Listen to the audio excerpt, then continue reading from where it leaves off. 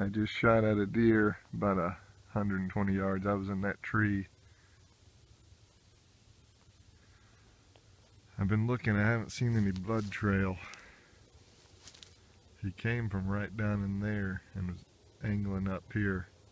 I shot him somewhere right in here.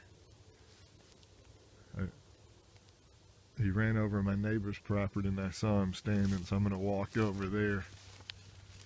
I thought I was going to see him drop out of sight. He ran over in here somewhere.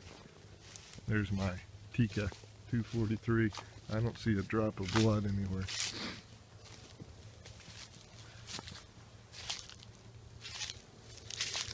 Maybe my neighbors won't care here. He was standing right over here when I last saw him.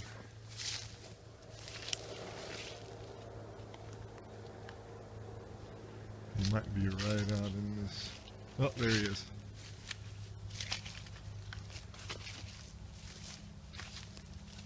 I think it's a little 8-pointer maybe.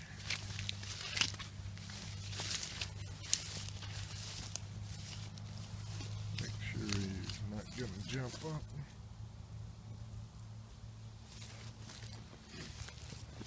Yeah, 243 did not leave any.